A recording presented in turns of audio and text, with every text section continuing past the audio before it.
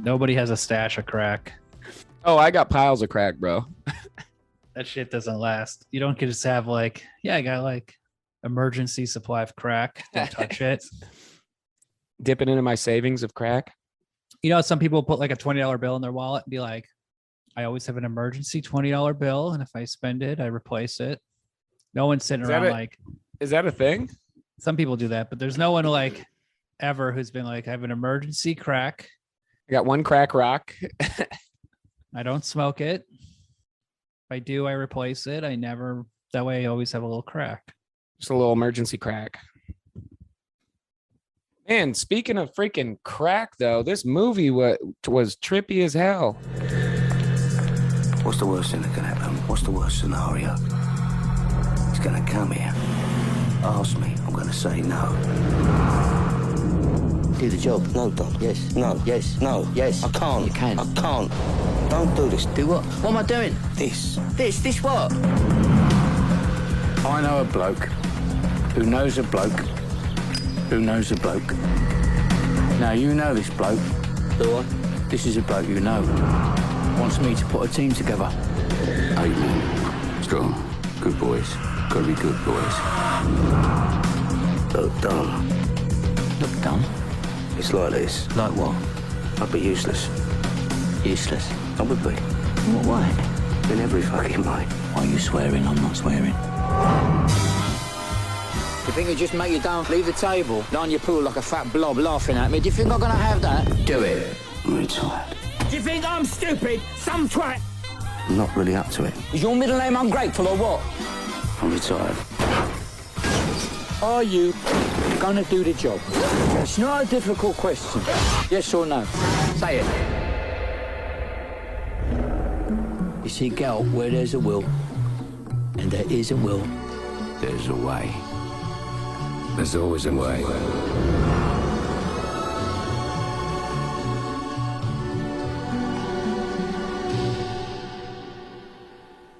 Today's movie is Sexy Beast from the year 2000.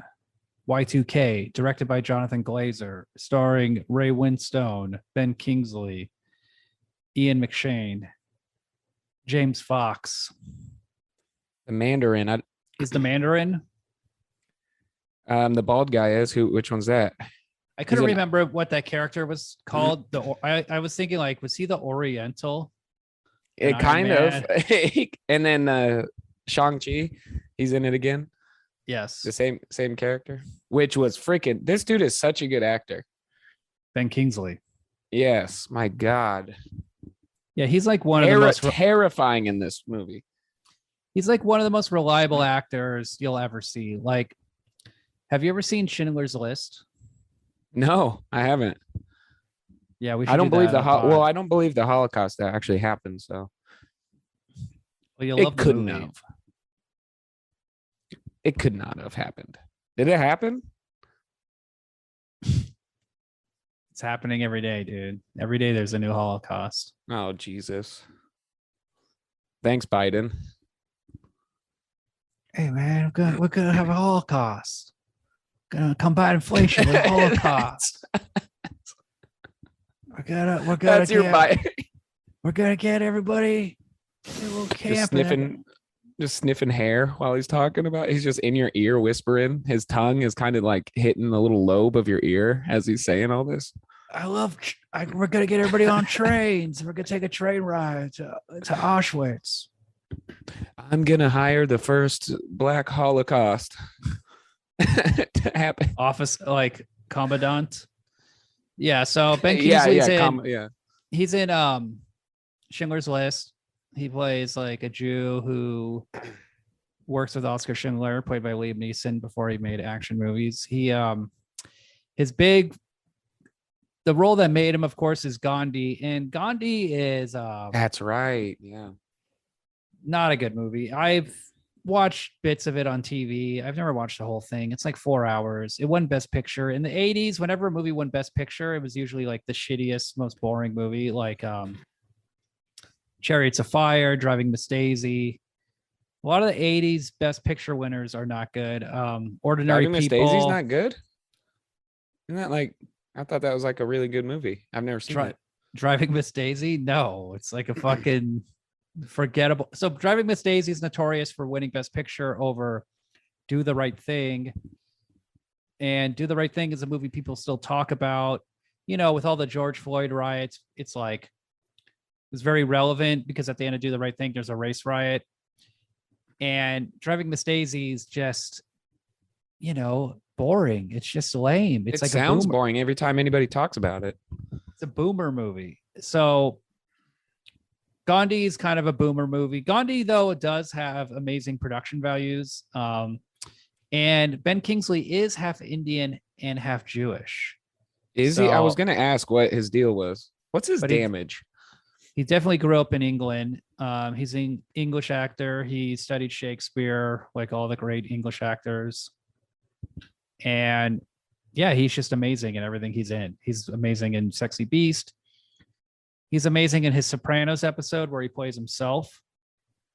But yeah, Sexy Beast was a major turning point for him because no one had ever seen him be the heavy in a movie. He was Gandhi. He was the nice accountant guy in Schindler's List. He was always like the quiet, sensitive guy. He's in a movie, Sneakers, which I'm sure you've never seen. I've heard of that. Robert Redford movie. And he plays like a very quiet, smart, intelligent computer programmer, executive guy. But like he was always quiet. He's a very good, unassuming character. Yeah, little weak ass, little limp ass, weak ass, Gandhi looking ass, noodle arm wimp kind of character. Yeah, so I'm not sure how he got the role in Sexy Beast. I was doing some research. I know that originally they wanted Ray Winstone, who plays Gal, the lead guy. They wanted him to play Don. He could have been good too. I could see that being good. No, his eyes are so close together. He's like a big doughy. Man, I think his face is just so spread out. Yeah, his eyes in context of his big, wide, beefy British face, his little eyeballs. Dude, he was great. This whole thing was great. They just built up this. I loved how. I mean, there's so much to talk about, but I loved how it almost kept zooming out. Like you met one character and then they would be like, oh, fucking what's his name's coming into town. And you're like, what was his name? I forget. Don. Yeah, Don, but hold on. Let me do my little Ray Winstone intro. So Ray Winstone, he was a child actor. Okay. And before he was acting, he was in a boxing club. So he was like a tough kid. And he was in a movie called Scum. Well, he was in a play called Scum. Then he was in a TV movie called Scum. And then he was in a movie called Scum. So Scum is a movie directed by Alan Clark, who made The Firm, which we did a review of. It's this extremely intense movie about juvenile delinquents. And Ray Winstone plays like the new kid, gets his ass kicked. Then he beats the shit out of the bad kid. He's young at this time? He's like 14. So he ends up putting like billiard balls in a sock and just like bashing in this guy's face. And then he says, who's the daddy now? I think. Or I'm the daddy now or something. Like, so he was playing tough guys. He didn't say something like rack them up. You rack it, I crack it. Just billiards puns. 8-ball corner pocket, and then just throws 8-ball and smashes his face. 8-ball corner pocket, and just beats the shit out of a guy with a sock full of billiards.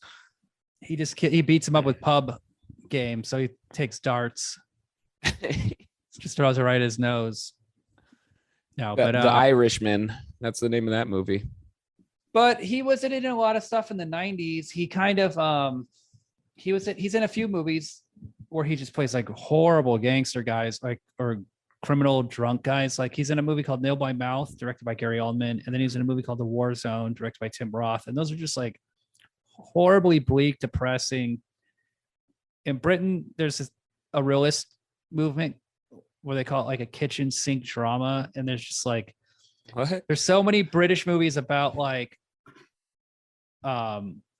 just poor working class people who like are drunk and beat the shit out of each other, and they're all played like by the Firm type shit, like yeah, and they're all played by like fancy actors who like to play down.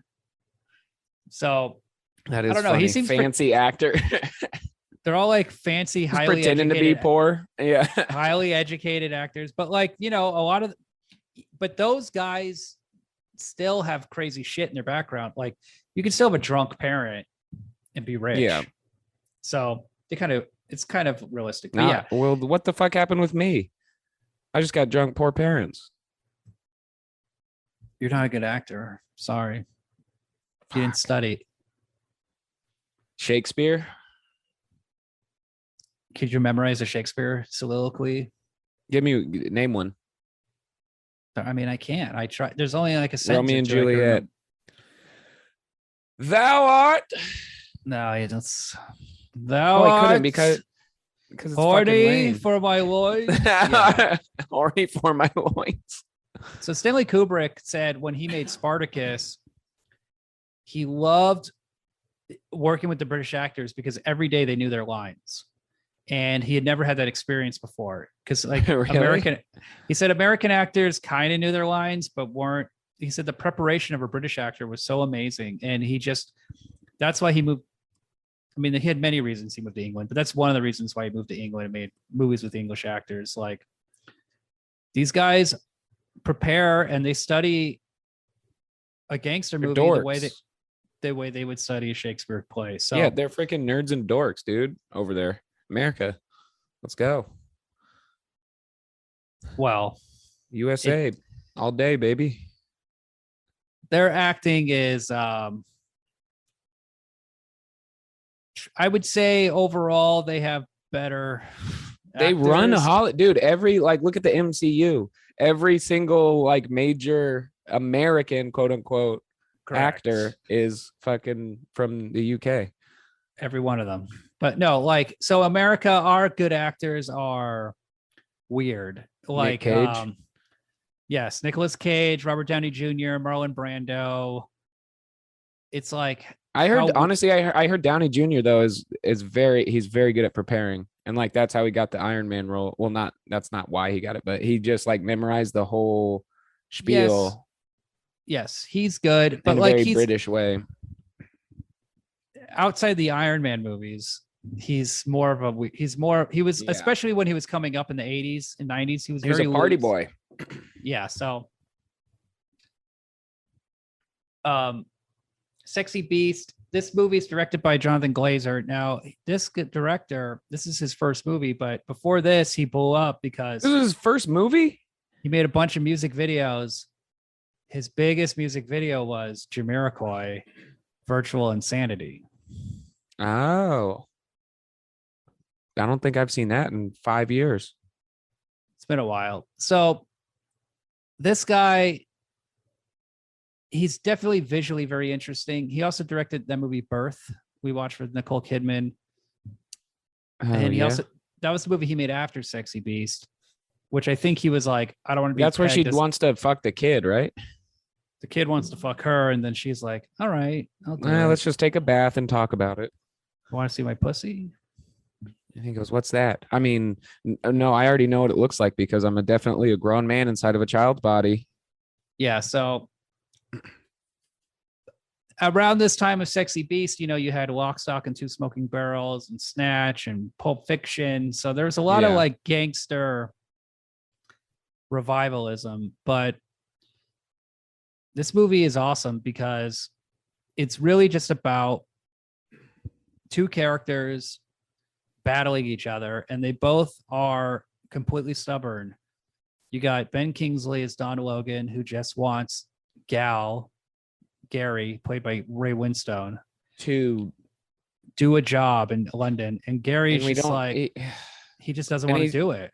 And okay, so they build it up like he's scared, like they're scared of this guy, Don, because he's just a fucking loose cannon. Like he's just crazy. They're also okay. So also, and again, I watched this movie at 7 a.m. this morning when I got home, and so I was a little out of it. Very homoerotic, this movie. Am I wrong? Who is the kid? Like, is he fucking kids? Is he a pedophile? Gal? No. That kid. Who's that kid? Who's that kid in the Speedo that's just always Let's talk about the beginning of the movie. So in the beginning of the movie, starts off, beautiful shot. Ray Winstone's laying in his Speedo. He's hot. He's getting a tan in Spain. He's retired. He's a big, fat, leathery gangster guy. They're playing the Peaches song by the Stranglers. Such a good way to start this movie, or to start a movie. All of those fucking shots were perfect. It's just like a nice. This movie really is shows you the strength of like attitude and how much that can elevate a film. Like it has attitude right from the beginning. You kind of know it has a feel. It's a little bold. Naughty. It's a bad boy movie. When Gal gets up, you see his like crotch in the front of the camera, and then that's when it freezes and says "sexy beast" right over his dick. Yeah, you know, it's like this movie's like giving you a little wink, like, "Hey, we're about to have fun." Yeah, this is a movie. Okay, we froze it on the guy's dick, aren't we clever? It's like when your mama has her second glass of wine. Things are gonna get fun, and then she just airs out her pussy in front of everybody. Just a big ass bush on the right in front of the camera. Imagine on 4th of July, it's hot. Your parents are drinking, and you just kind of look. You're just looking around the yard, you know, at a party, and then you just see your mom just like fanning her pussy out, her bush, just letting it breathe, just letting that sucker breathe. You're just like, you can visibly see it like breathing, and then you turn to your like winded. Yeah, it's just like.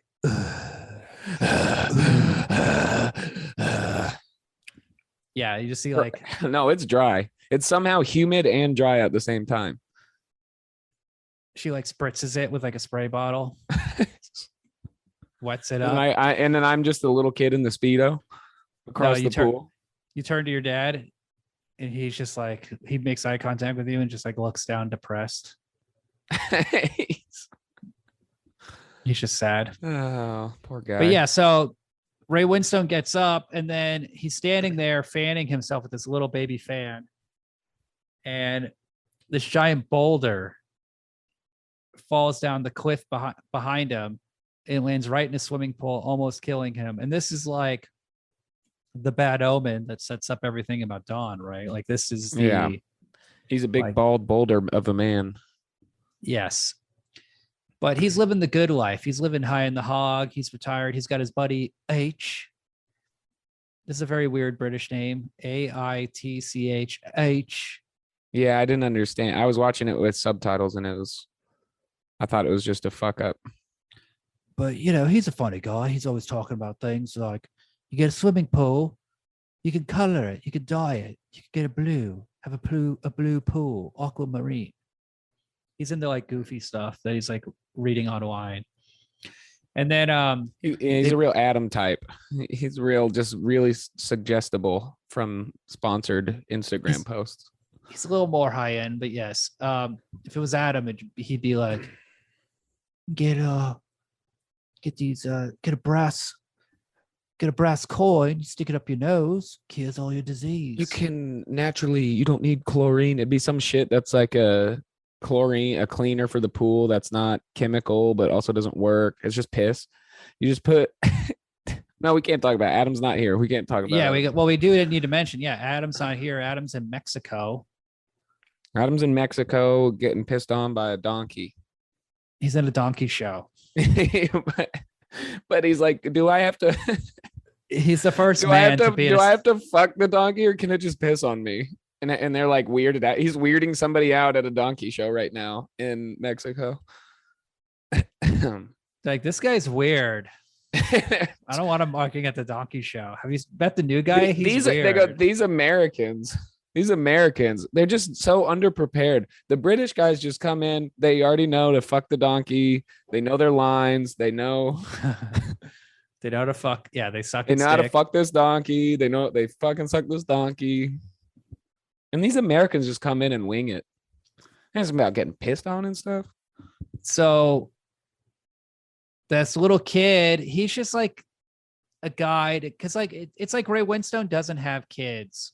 Gal doesn't have children. He has him and H both have their wives who are like these, middle-aged women, attractive, but they clearly were like hoes. The gals, yes, the gals that the gangster gals, the moles, right? Like yes, yeah. They're like gangster babes. So they don't have kids. It's kind of unrealistic that he doesn't have a kid in this movie, honestly. That's why I was like, is that his kid? Is that supposed to be his kid? But he didn't look like he didn't look like him at all. Like that would not be their children. He should have like a bunch of horrible kids, honestly. But I think that would just complicate the movie. So, well, yeah. This kid kind of gives him some like sympathy, but this kid helps him with yard work and stuff. And he's a pool boy. He's like a literal little pool boy. It also kind of helps tell you like where they are without telling you where they are. Yeah. And kind of what the situation is, and like how obviously they're richer and everything, but like, if they weren't in Spain, they could be in Italy or France, like south of France, Mediterranean. Like they could be in a rich area, but now they're kind of like, they moved out to Spain. Trying to lay low, right? They're in Spain. They're in the middle of nowhere. This is not like an area full of a ton of rich people, apparently. So the other bad omen is they go rabbit hunting. Oh yeah. And that night he has a dream about like a scary rabbit with a Uzi. Dude, that fucking costume, the practical effects in this movie too, which it wasn't crazy, but like they weren't doing a bunch of crazy like head exploding and stuff like that. But that costume, that rabbit costume was fucking creepy. This came out around the same time in America as Donnie Darko. I was going to say, yeah. It was very weird how two movies came out within like 2 months of each other that had like a guy in a rabbit costume. Why did it do that? Because I don't think that's weird at all, because every movie that comes out, there's always another movie because somebody in the industry hears about the script and then fucking copies it. They all just try, and then they try and put it out sooner. You remember? Okay, so Neighborhood Watch, you remember that movie with the aliens? Yeah. Came out 1 week before the British one. The Shaun of the Dead guy is in. Same exact movie, but it was World's End. Yes. And they came out within a week of each other. And then there's just like a year of that where two of the same exact movie would come out. One was British, one was American. So it seemed like they're always trying to just steal ideas and get them out sooner than the other person. Well, this is how the Illuminati make sure that their message is sent to America and England, and that's how they control us. They just get like a Amber Alert whenever a new script gets dropped. It buzzes on their phone. We got to make big 3, but this time they're just like, "Oh fuck, we got to add a rabbit." Another Fast and the Furious. It's like we need a rabbit costume. Yeah, we got. Cool. That's a shit ton of work. Thanks, Illuminati. I like the idea of somebody getting a message for Donnie Darko. Like that's going to be the next biggest blockbuster. Yeah. That rabbit was sick in this. And they ended the movie with the rabbit. That final scene. Perfect. Beautiful. Little button. But yeah, so then they have this movie follows like a very traditional screenplay format, which is you start off with like, this is a day in a character's life. Yes. Okay. He wakes up, he's by the pool, he goes hunting, he has airs out his fanny with his wife and his friend and his friend's wife. And this is how a normal day is. Then you go, but then a change occurs, and the change is Don Logan, played by Ben Kingsley. He arrives, and right before he arrives, like shit's up because everybody's like devastated. Yeah.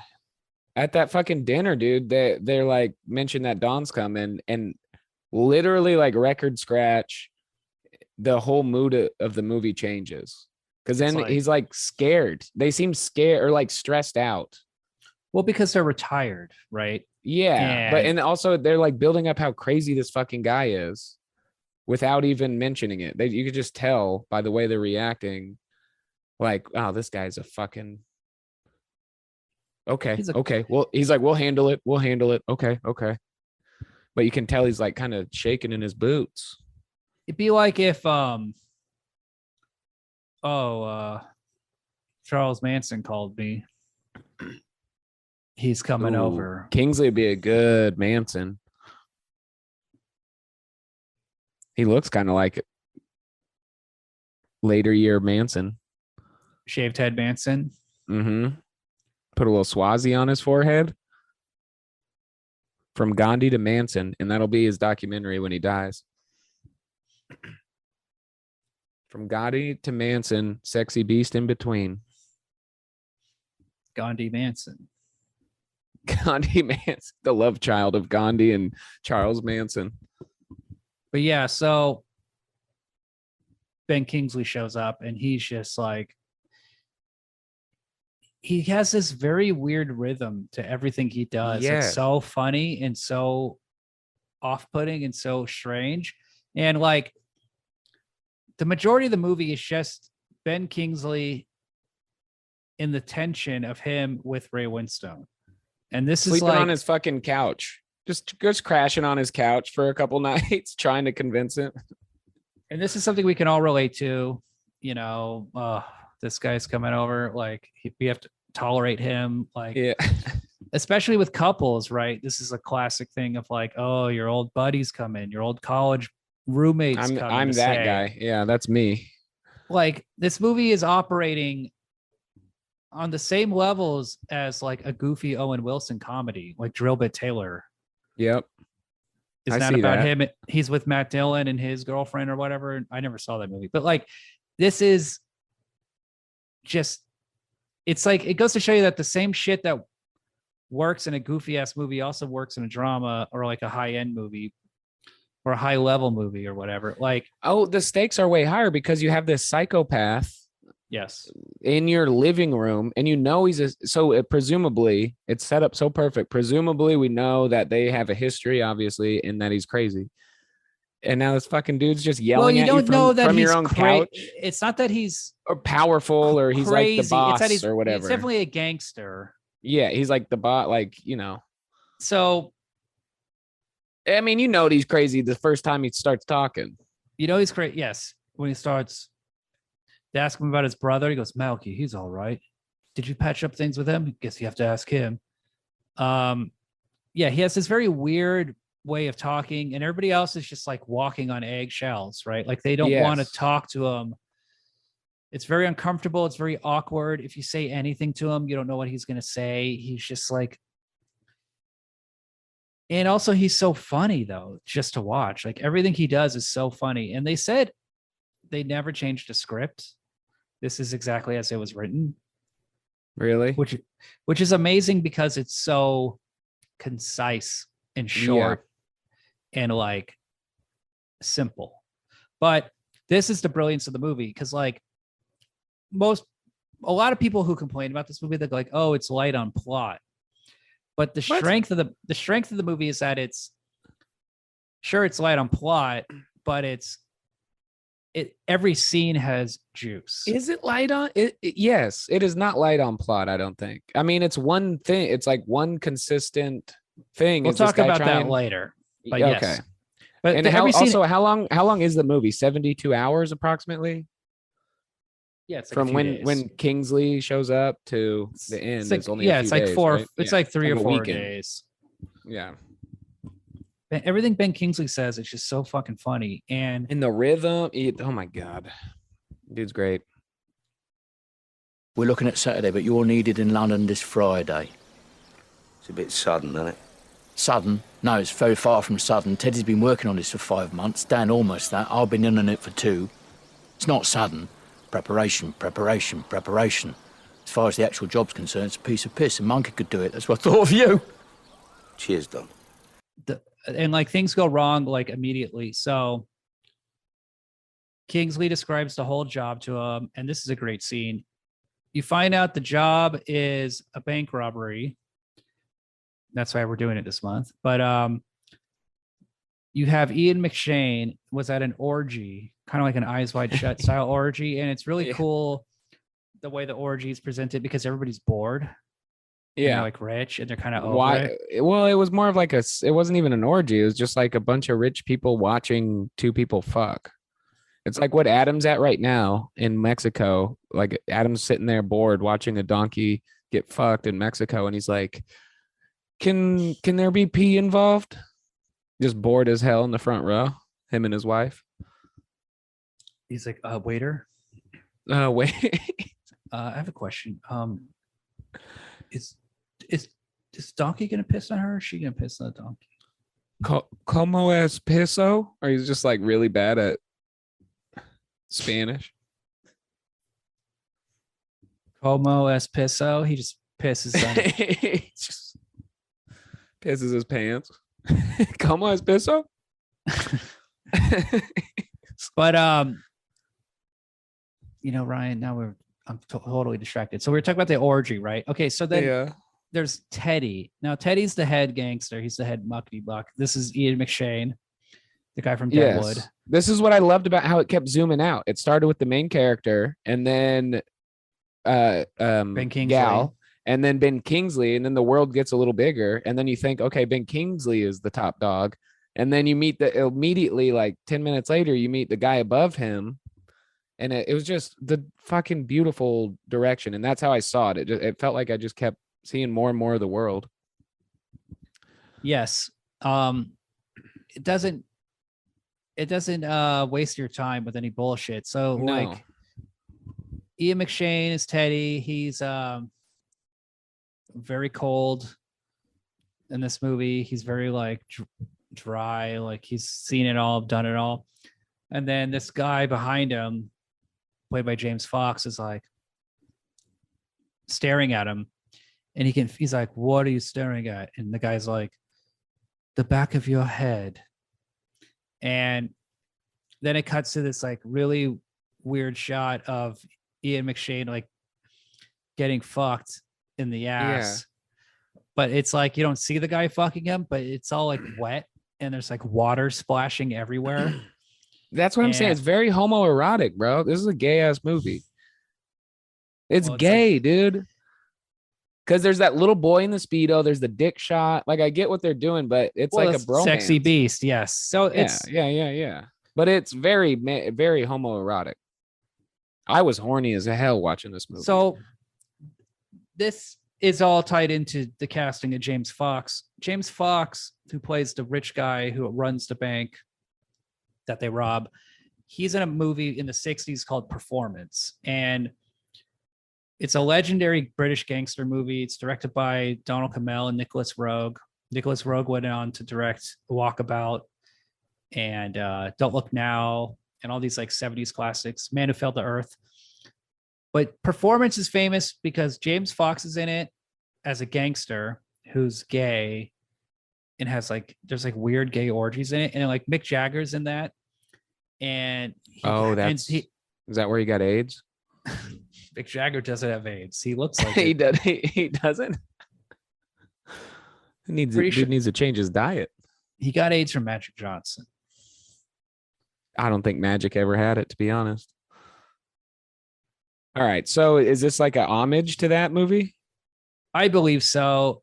When I saw this movie in the theater, I went with my dad, and he like loved that James Fox. Did you do the popcorn trick with your dad at Sexy Beast? Hey, Dad, you want some popcorn? And it's just your dick through a napkin. You didn't even buy popcorn. Dad, you need to wipe your hands off. Hey, Dad, you want a sip of my soda? Hey, Dad. And it's like this is my straw. Got a little straw dick. You just take the plastic lid and you just like shove your dick through it. Oh, the little scrapies, the little like sharp edges. Have a little sip of soda, Dad. Dad, are you thirsty? And it's got Sprite, Coke, Diet, the little pop things you pop down, and then one's just dick, and you've just got the dick one pop down. That would be absurd. It'd be a hoot. I wish I had that kind of relationship with my dad. So he loved performance because he was like a druggy 60s guy. So he loved like that crazy kind of editing. But yeah, performance has weird gay sex orgy scenes, and they're handled in this very weird way. Everything in that movie performance is very, I don't want to just keep saying the word weird over and over again, but like it's strange. Yeah, it's very strange and like off a natural rhythm. Well, they don't in the best way. Like Sexy Beast, they're not explaining things. You're just kind of like, hey, did I just see that? That's how performance is. Like performance is way crazier, way more experimental. It also has like very intense rhythmic editing and all that stuff. But like there is a style for British gangster movies that goes back, and Sexy Beast is easily in the performance category. It's not like, I mean, like Long Good Friday, Mona Lisa. It's not just like a shoot 'em up. The Hit. Yeah, it's not like those movies are full of very tough guys.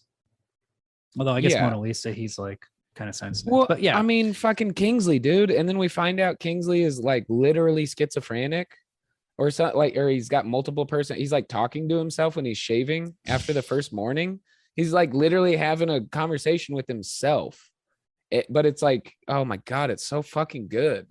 So and he's up way hours before his guests, the people hosting him. Well, he's like a bulldog. He has energy. He's never sleeping. I love the scene where you find out where he's getting info about the job, and he's at home and he's sitting upright watching telly. Yeah. What are you watching? Nothing. Yeah, that shit. It's nothing. He's like something. He said, because he did a lot of preparation for the movie. One thing he wanted to do was make him seem like an abused child who grew up. And so he mentions it. That's in the script too. Like some of the dialogue, right? Because he sees the kid. He doesn't even mention. I wrote something down about it, but I lost everything. That's why I was like, is this a pedophile movie too? Is that guy fucking his pool boy? Because he looks at the Speedo kid again, and then he says something like that, where he's like, you don't want to be hurt like you were as a kid or something. I think that's an actual theme in the movie. I'm sure it is. Like, or it's mentioned. He says that, so that makes sense. I didn't pick up on that, but I just remember when he goes, "There's a boy watching me." But it wouldn't surprise me because I know it was in that scene. He said, like, later on, he says something. Well, then, because Ray Winstone gives the kid money to just make him go away, right? I think so. And the other thing is with the kid is that it kind of helps tie in the change in Ray Winstone, because he's super friendly with him, and then he's like, "Hey, don't come around." Yeah, and the kid's like confused. But also, did that kid only own a Speedo? It's hot, dude. It's really hot. You should be rocking just some fucking trailer trash. Just a diaper would have been better. Just some grown ass kid in a diaper. Some trailer trash shit. I don't know why you're wearing black jeans on a hot day. Like, you gotta get in a Speedo, short shorts, Daisy Dukes. A Speedo and Daisy Dukes. Just wear something small. A thong outside of my Daisy Dukes. You need your legs uncovered. Oh, dude, I got pantsed yesterday. When's the last time you've been pantsed?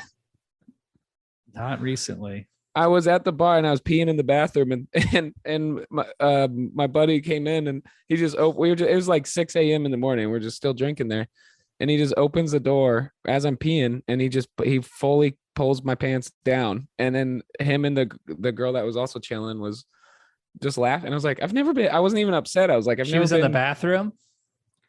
No, I mean, we were all like, the bathroom door is wide open. Oh, it's like an actual like apartment bathroom type situation, not like a bar bathroom. Yeah, so you're still drunk, technically. I mean, that wasn't that long ago. Oh, that was like hours ago.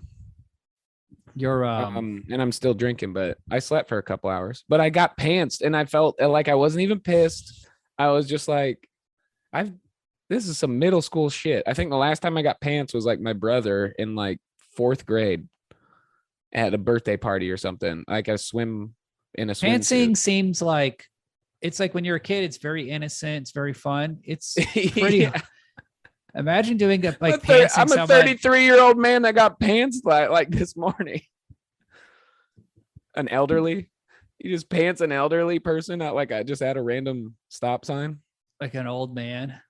It's just shit falls out and like it's just his nasty catheter and everything.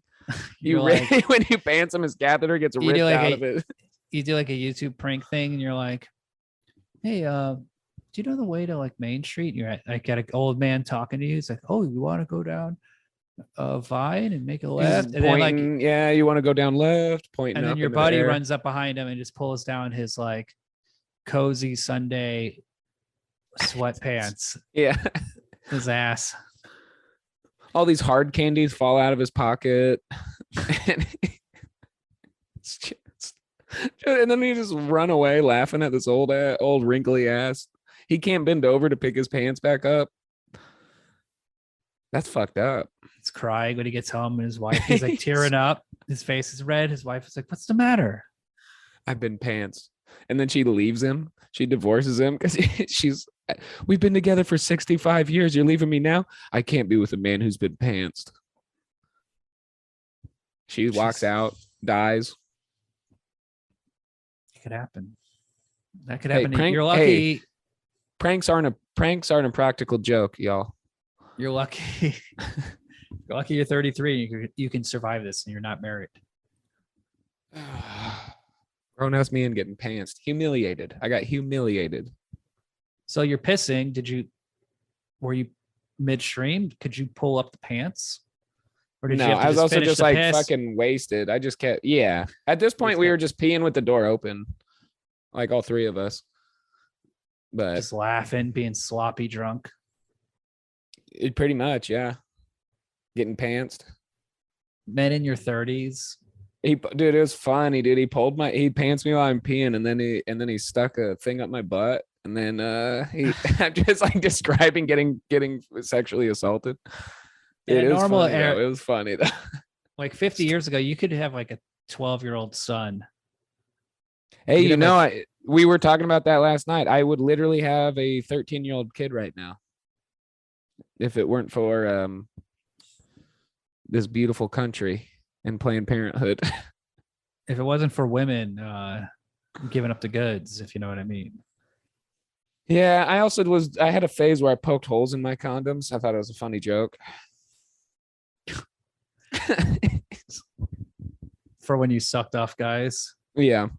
For when pants guys, and then I'd peg their ass. You put a condom on and then you suck it and you drink it. And it's just like a little spritz. So yeah, that scene was crazy in this movie when they did that. When they pants. It would have been funny if Ben Kingsley just woke up one morning and just pants Ray Winstone. Okay, so he kind of did. That first morning, he's shaving, he's talking to himself manically, and then he just the way it kept cutting from him talking to himself in the bathroom to Gal just so comfortably passed out. Well, he's asleep, yeah. Just so like how you built up all this tension, you're stressed out about freaking Kingsley coming over, and you're just sleeping fine with your robe on. Like, you didn't lock your door. Lock your fucking door. So you're a gangster. Lock your door. He also does a thing, Ben Kingsley, where he pisses on the carpet. That's really funny in the bathroom. Yeah, that shit was so fun. Is that how you were? If you were pissing like Ben Kingsley with your arms akimbo or whatever, dude, not akimbo, he had like at your side, on his hip. Yeah, he was shooting from the hip. You could be holding up your pants at the same time. Imagine if Ben Kingsley. I forgot about that scene, but yeah, that's basically how I was standing when I got pantsed. So Ben Kingsley's constantly doing little things like an abusive person does, where they have to dominate you. An abused victim, yeah. Well, he's an abuser now. That's how the cycle works. He's no longer a victim anymore. But so now he's abusing them. He'll piss a little on the bathroom floor to show dominance, like a dog, essentially, like an animal, right? And then earlier when he first is there in the living room, the two couples are there, and then like three of them get up and leave, and they're like, "Oh, we're gonna go get some food." And then Ben Kingsley goes, "Here, I'll buy you a meal." And then he pulls out like a few $100s. And they're like, "Oh, it's all right. You don't need to do that." He's like, "No, I insist." And it's like, this is what an abusive person does. They just need to be in control. Of everything. And they don't, and like, they'll be like, "You can't watch that movie. You have to watch this movie." That's why you started this podcast, right? You just got to be in control. This is how I treat Adam. You're an abuser. Oh my God. Watching this movie was you're Kingsley, Adam is Gal, and I'm the boy in the Speedo. Just watching it all go down. So Adam wanted to do this podcast. This was his idea. And this movie was? No. The podcast. Yeah. And he wanted to edit every episode, and he wanted to like do everything collaboratively.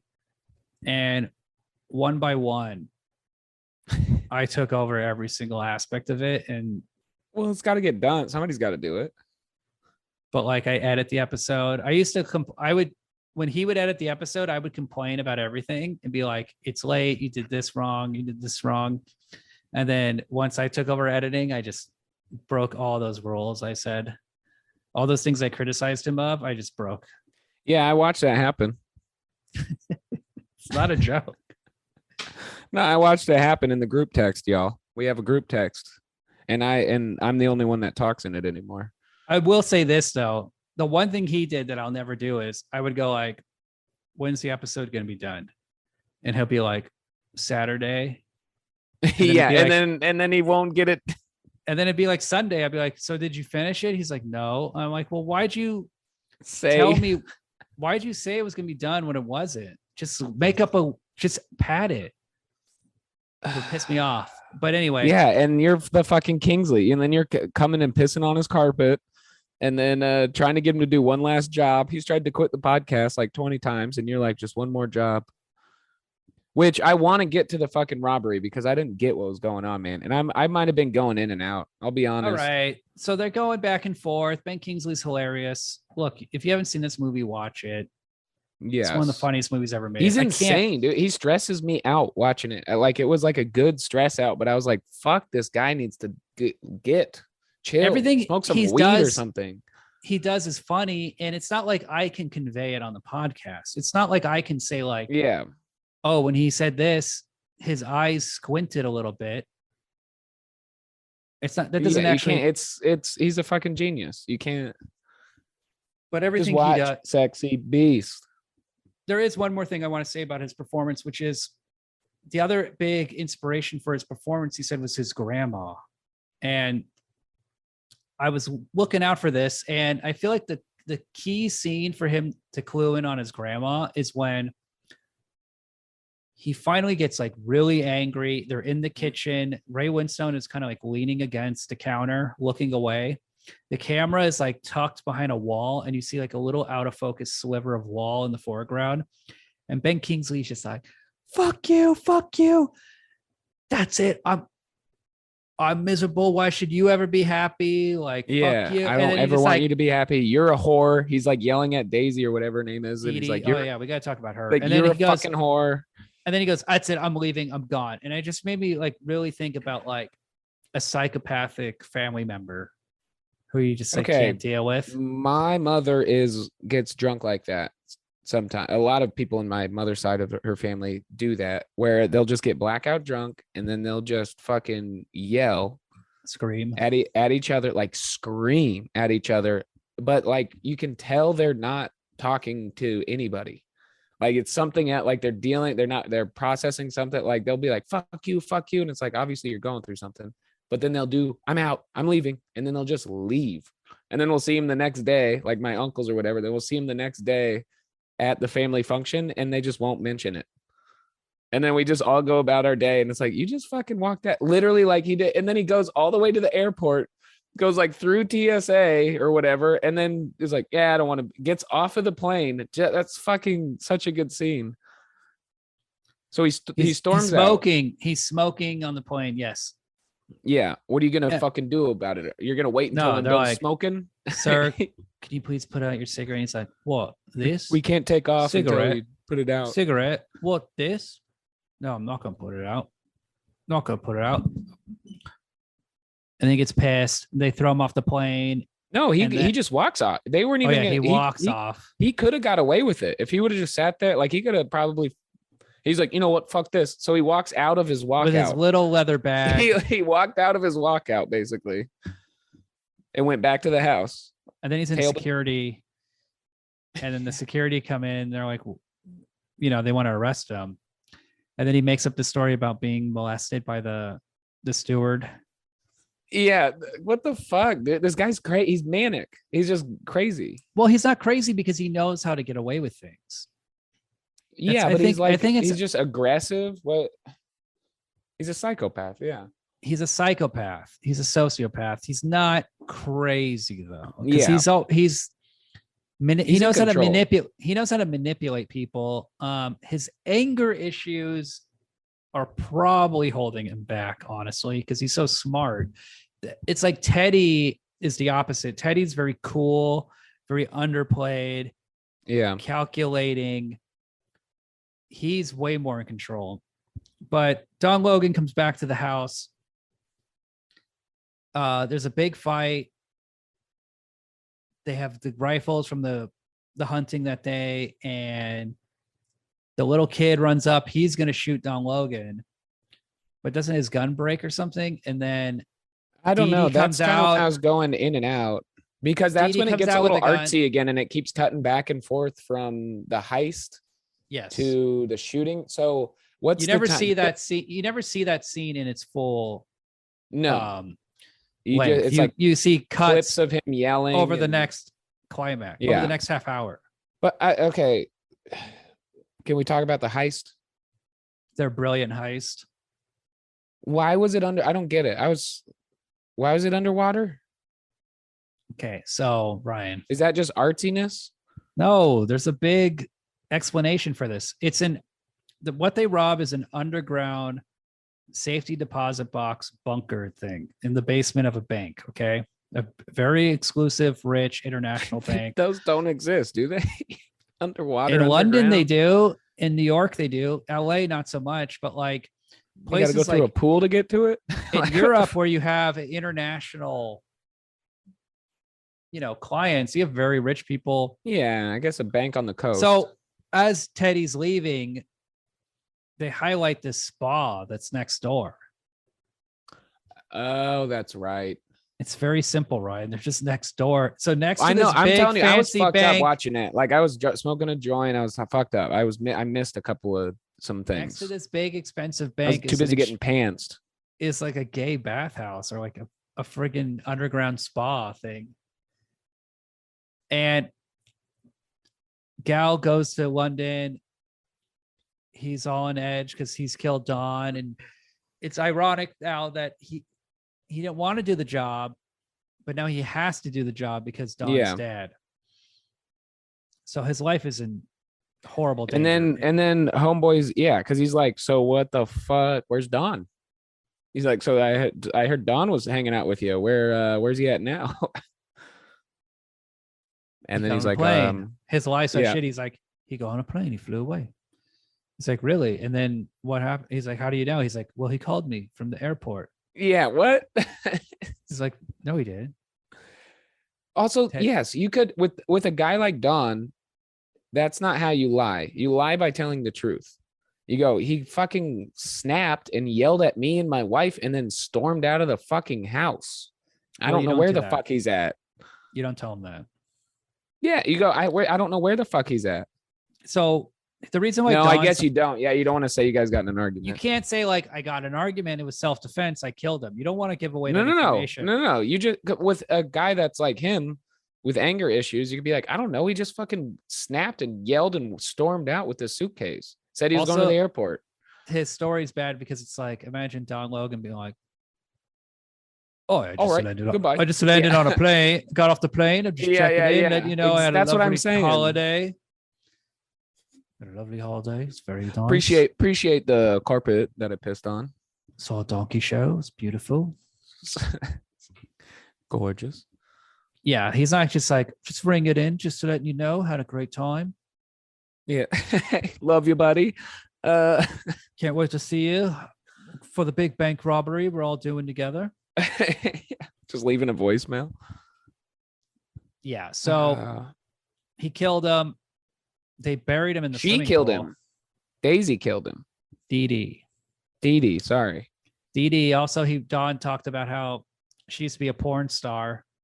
Was that okay? I didn't know if she was a hooker or a porn star. She had a fan club, probably both. She had a fan club with like, now there's like guys who watch her old stag films together. Yeah.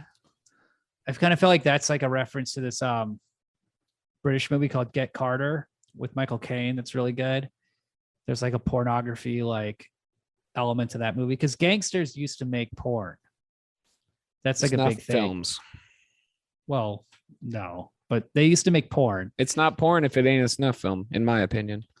All the old porn movies were funded by gangsters, distributed by gangsters. Deep Throat apparently made like hundreds of millions of dollars, and the gangsters just kept all the money, never paid any taxes, like hundreds of millions of dollars. We've had I haven't been there, but we've had parties like that at our speakeasy. What, where you watch the porn? I wasn't there. No, there's like a whole S&M community in the Austin comedy scene now because Creek in the Cave and Joe Rogan moved here. And they at this comedy club, dude, they like fuck people on stage. They have an S&M show and literally people get like dildos inside of them in front of an audience. It's like everyone's bored watching, like in the scene, watching somebody get poked on stage. I don't think you can do that, right? In a public boring club? It is. No, you can do that. No. It's artistic expression. It's pornographic. As long as as far as I'm concerned, 18. As an asexual Christian, it's pornographic. Plus, also, it's up to local cops too what they give a shit about. Like, it's up to the viewer discretion. Austin police don't give a fuck. Some of them do. Yeah, they do. They will ride around on horses. They care but too much. A cop can't arrest anyone if they don't have the DA's backing. Because the DA is that why the cops just kill people?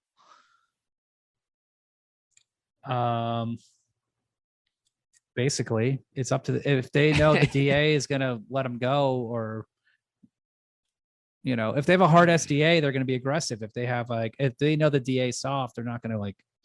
Yeah, if they got a real Harvey Dent. The other thing is like a guy putting a dildo in his ass on a comedy stage. It's a woman in her vagina. And it was a drill dough. It was an electric. That's not a danger to anyone. It's a danger to my horniness. If you did that in a small Texas town, you would be in trouble. But if you do that in Austin, no one's going to give a fuck. That's true.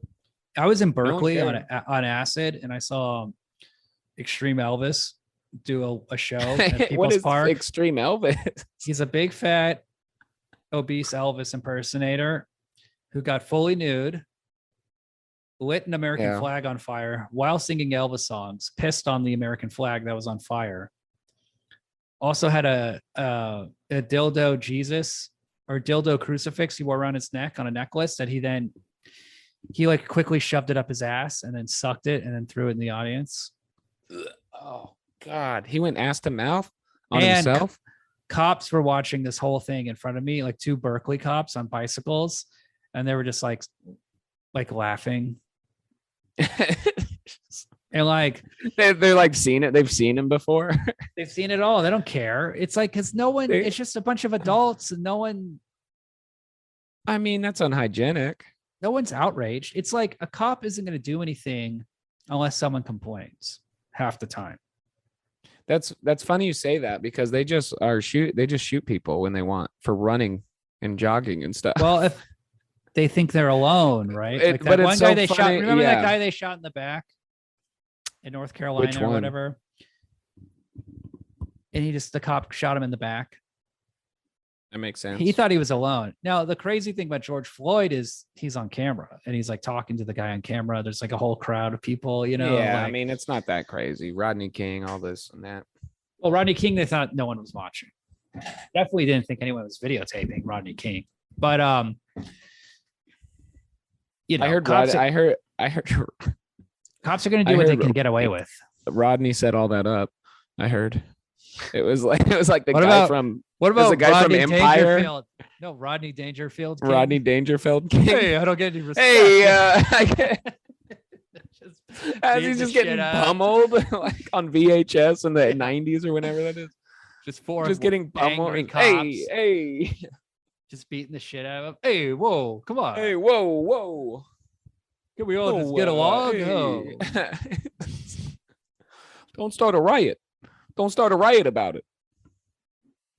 Get a guy like me, you get a talk free bowl about of it. soup. Talk about somebody getting abused growing up. Rodney King would have been a good replacement to play Kingsley. Caddyshack. No, Kingsley's What character. about Rodney King and Caddyshack? That's good. So, like in Caddyshack, they're like, have you seen Caddyshack? Yeah, a bunch. My Well, they're uncle like- loves it. They're like, you know, they That hate movie him was just joining- freestyle. They hate him joining the club. Yeah. And they're just like, this Rodney King. It's like all pissed. Ted Knight. That whole movie was like improv, right? Yeah. They threw away the script because Fucking Americans. Rodney Dangerfield was so funny. Rodney King. He's Rodney rich King after and- his Rodney settlement. King and Caddyshack.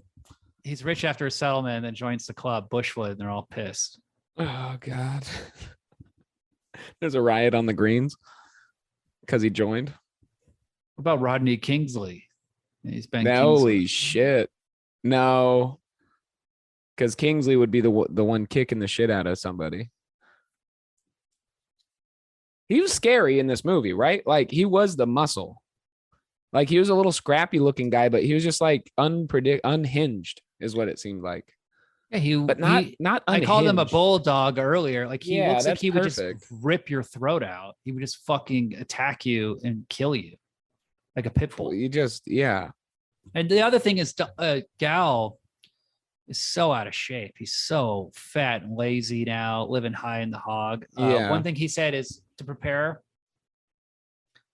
him and those two couples, Dee Dee, Gal, H, that other one that Ben Kingsley fucked that Yeah. he's still attracted to, Yeah. which that's a good little story element. Those couples just hung out for like 2 weeks, drinking Before partying. shooting. So they had like they were very close, you know, they were comfortable around each other. And then Yeah. Ben Kingsley comes in and he's the outside element, and so they weren't like, So a lot of that was natural. it makes it better. Yeah. Mhm.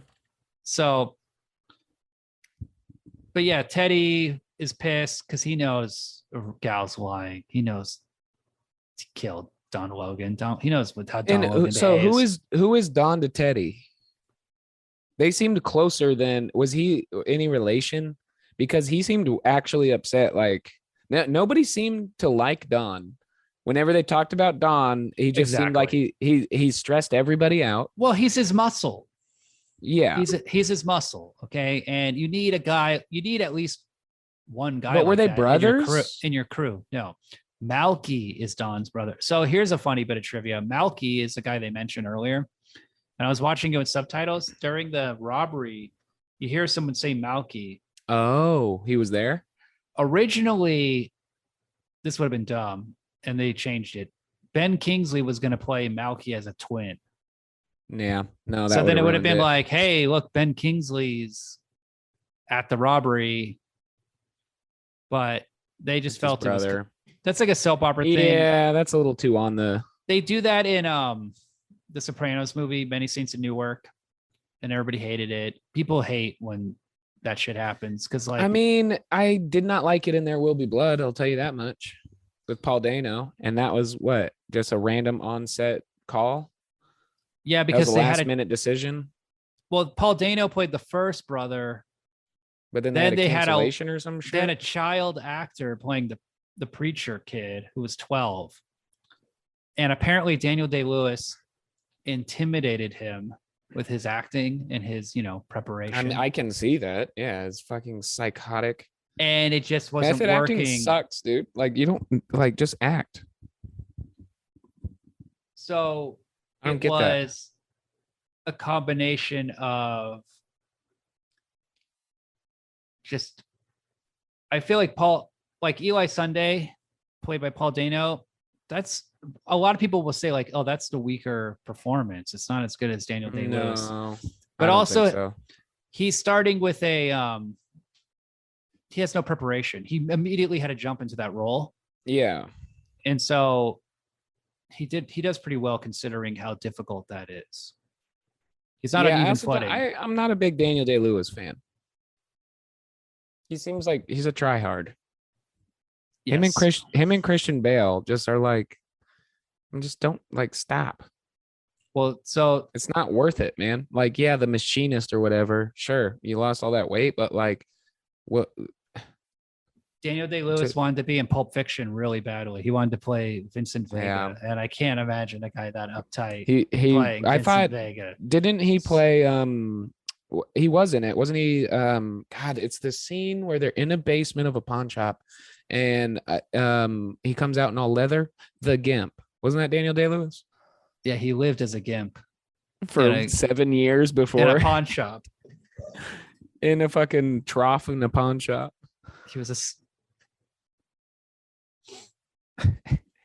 If Adam was here, we could do a whole bit. Like, what if Adam was the gimp? No, I feel like we've always done that. I feel like there's multiple times I've called Adam the gimp, and he wouldn't be the gimp. He would be.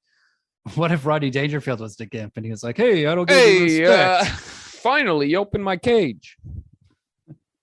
He just takes the mask off. He's like, "Oh God, it's hard to breathe in this gimp suit." Anyways, who am I fucking?